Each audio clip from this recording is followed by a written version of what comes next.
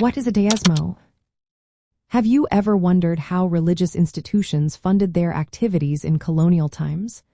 One key element was the diezmo, a traditional tax that played a significant role in the colonial economy of Latin America. The term diezmo translates to tenth, indicating that it required individuals to pay 1/10 of their agricultural produce or livestock to the Catholic Church. This practice originated in medieval Spain and was carried over to the Spanish colonies in Latin America. The diezmo was primarily levied on various agricultural products, including cereals, wine, oil, cattle, sheep, poultry, vegetables, and honey. Farmers and ranchers were responsible for delivering this portion of their produce directly to the church. This system reflected the agrarian nature of the colonial economy, where agriculture was the backbone of society. Designated officials were tasked with collecting the diezmo, and the revenue was distributed among local parishes, abbots, bishops, and other religious institutions. Theoretically, the income generated from the diezmo was divided into 3 equal parts. 1/3 was allocated for church construction, another third supported the clergy, and the final third was used for maintaining abbeys, convents, and monasteries.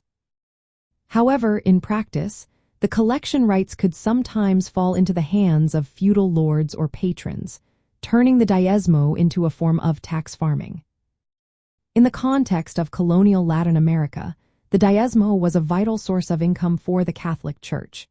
It helped sustain its influence in the colonies and ensured that religious institutions remained integral to social and economic life.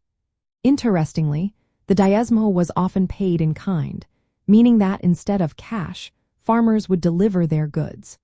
This practice highlighted the close relationship between the church and the agricultural community. Moreover, the diezmo had practical applications beyond supporting the church.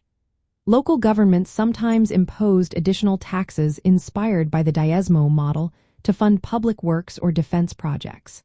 For instance, in colonial cities that faced threats from pirates, these funds could be used to build city walls or improve water supply systems. Overall, the diezmo was more than just a tax. It was a cultural and economic institution that connected the colonial economy to the church. It reflected the intertwined nature of religion, governance, and agriculture in Latin American colonial society. This system remained in place until the mid-19th century, when reforms gradually led to its abolition. The diezmo's legacy is a fascinating aspect of Latin American history, illustrating how deeply religion influenced the economy and daily life during the colonial period.